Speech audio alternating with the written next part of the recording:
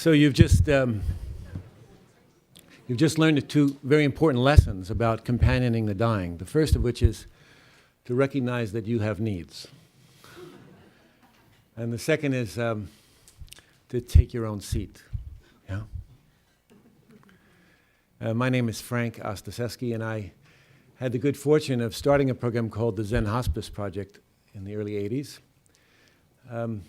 It was a kind of fusion of spiritual insight and practical social action. We cared initially mostly for people who were living on the streets of San Francisco. I changed many a diaper on park benches behind City Hall.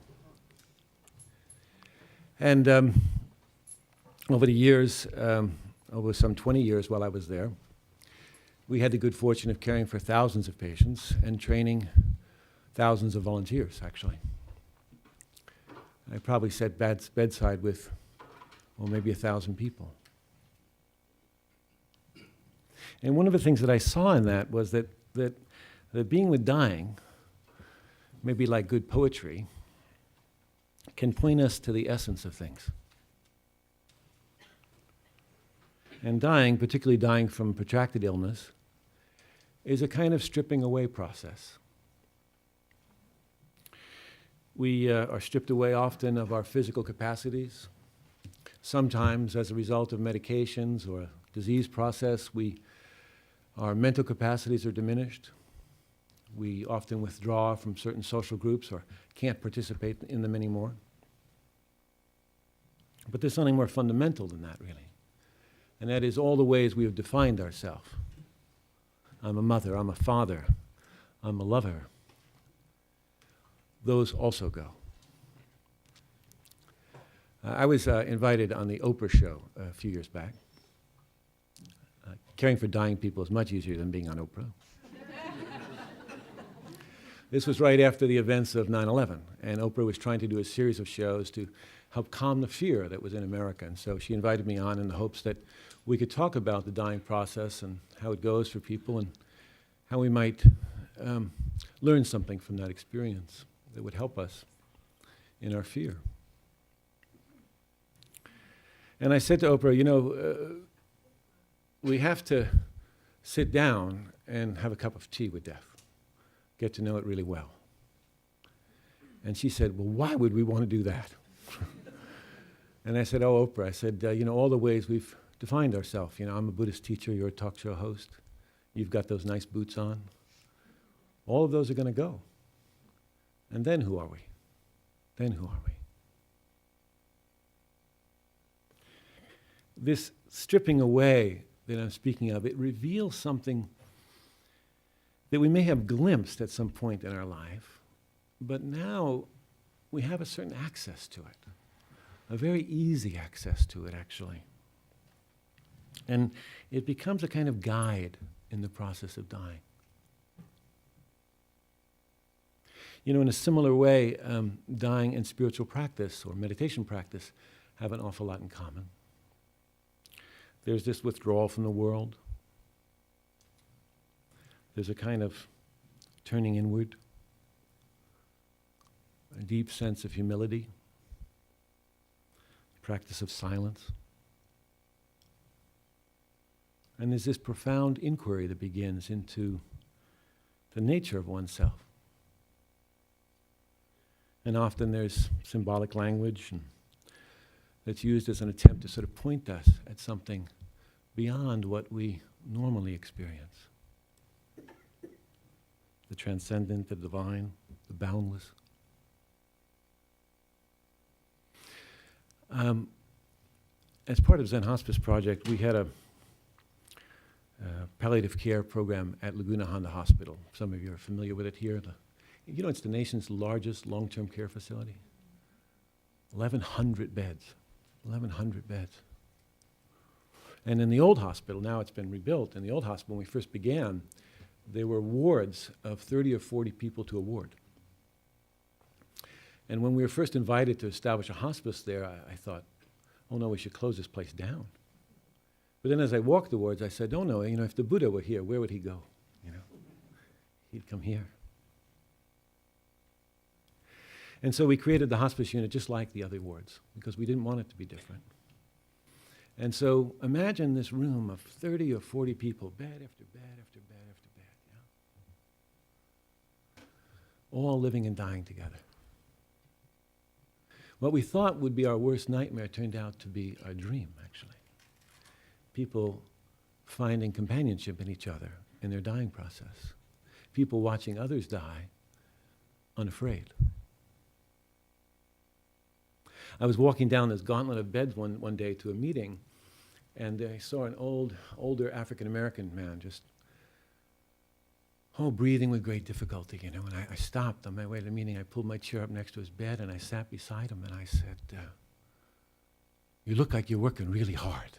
And he was, he was breathing with great difficulty. He was perspiring. He was actively dying. And so I said, you look like you're working really hard, and he said, yeah, just got to get there, and he points like that. And I said, oh. I said, if I promise to come, can I go with you? And he said, yeah, and he grabbed my hand. And I said to him, I didn't bring my glasses today. I can't see there into the distance. Can you see? And he said, yeah, and he described for me a sloping hillside to a kind of plateau. I said, you want to go? Yeah. Okay, let's go. And we walked up this hill to this plateau. And it was hard work. He was sweating bullets. He was breathing with great difficulty. We got to this plateau, and I said, can you see there further into the distance? He said, yeah. I said, I can't see it. Describe it to me. And he described for me a little one-room red schoolhouse with 3 steps and a door. This was a man who'd been raised in rural Mississippi. I said, you want to go? Yeah. Now, I could have told him at this point, you're disoriented times 3. This is a result of the morphine and the brain metastasis. You're here at Laguna, the hospital. Let me orient you to time and space. But that wasn't really what was true. What was true is that we were going to a little red schoolhouse. I said, there's the door. You want to go in? Yeah. I said, can I go? I always ask permission, He said, no. I said, okay, then you go. Go ahead. And a few minutes later, he died very peacefully. I think dying is a sacred process. I think it's a time and a place of transformation. And I think the sacred has nothing to do with religion. And it's not about spectacular states of mind, or tunnels of light, or bardos, or any of these things. To recognize the sacred, it's not so much about seeing something new as it is about seeing things in a new way. The sacred's not separate or different than other things, but rather hidden in all things. And dying is a process of uncovering.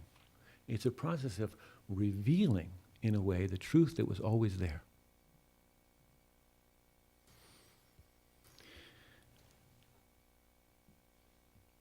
Dying is not simply a medical event, and we have to stop treating it as if it were.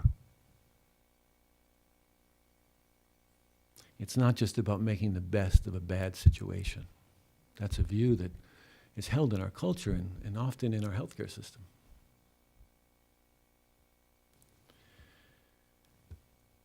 Dying is more about relationships than anything else.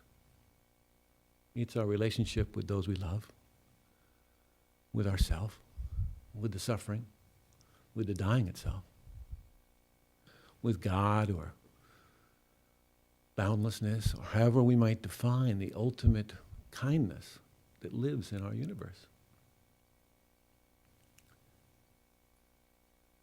And so being with the dying is about facilitating those relationships. And my friend Rachel Remen, who's a colleague on my faculty, she says, those relationships are characterized more by mystery than mastery. I agree with her, but I think of it a little bit differently. You see, when I'm dying, I want mastery. I want someone like Bruce who'll be at my bedside, or Steve who can manage my pain and my symptoms. I want mastery. I want somebody who knows what they're doing. Yeah? But that won't be enough.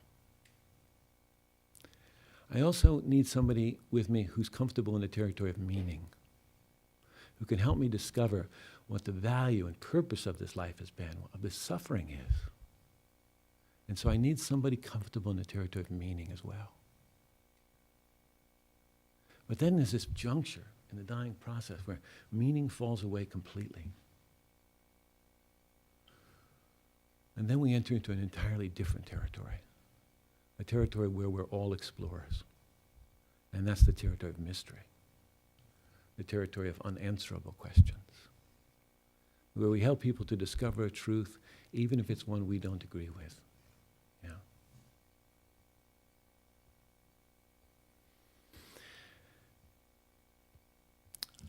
In this territory of mystery, at least in my experience, it's often about staying in the room when the going gets tough. Yeah? It's about not even suggesting answers, but being willing to live with the questions. And so, in my work, at least over these last 30 years, I found that spiritual support is every bit as important as good pain management. But it's rarely given enough credence. It's rarely attended to in an equally important way. And as a result, too many people are dying in distress and fear. And I think we can do something about that.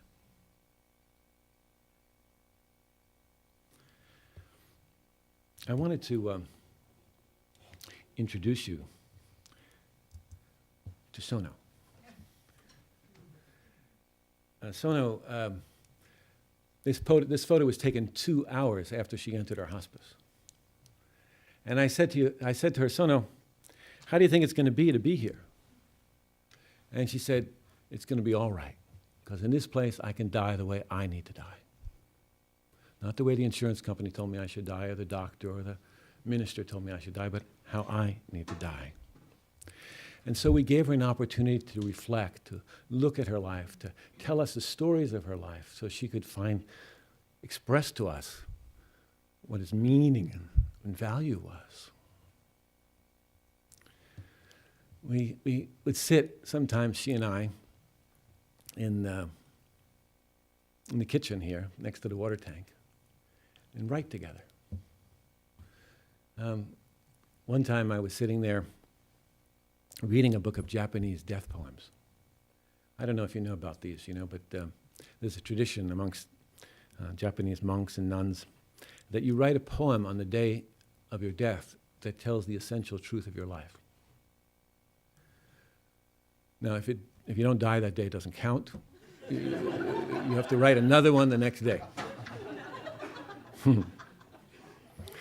Things like, by Kozan, empty-handed I entered the world, barefoot I leave it. My coming, my going, two simple happenings that got entangled. Or, tightening my abdomen against the pain, the caw of the morning crow.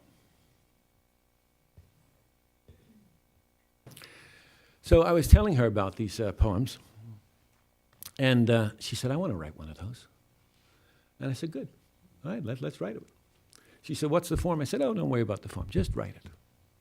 She said, okay. And she sat there at the kitchen table. You're seeing her right there. She wrote a poem and then went upstairs. And later she called me upstairs and she said, Frank, I wrote my death poem, and I want you to learn it. And so I said, okay. And she recited her poem for me. I've never written it down. She didn't give it to me to write down. She only gave it to me to learn and then tell others, just as she told me. You want to hear it? Yeah?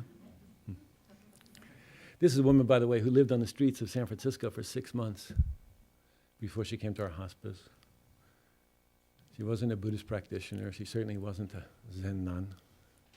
But this is her poem. She said, don't just stand there with your hair turning gray. Soon enough, the seas will sink your little island. So while there is still the illusion of time, set out for some other shore. No sense packing a bag. You won't be able to lift it into your boat. Give away all your collections. Take only new seeds and an old stick. Send out some prayers on the wind before you sail. Don't be afraid. Someone knows you're coming. An extra fish has been salted. An extra fish has been salted.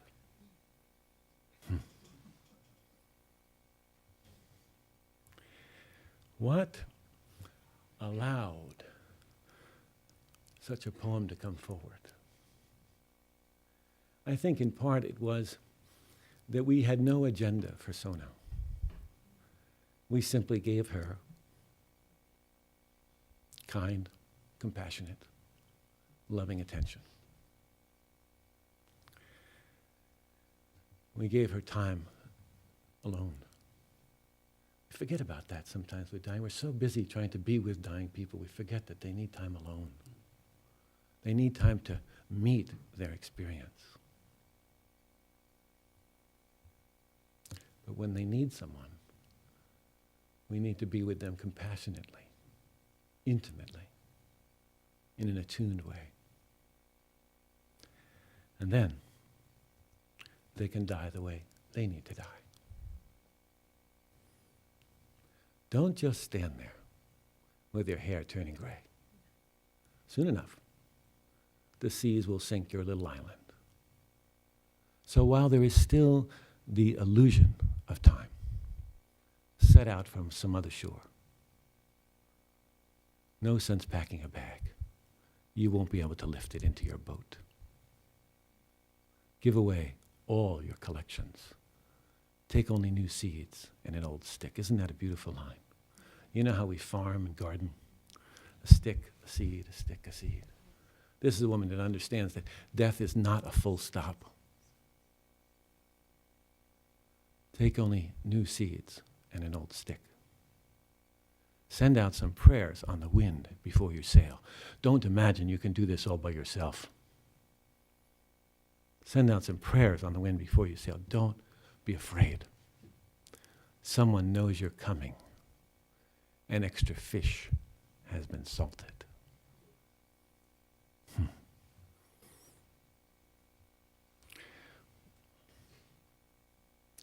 We can move from this to this. That's her death poem pinned to her bed covers. She asked me to make sure she was cremated with it, so that it went with her.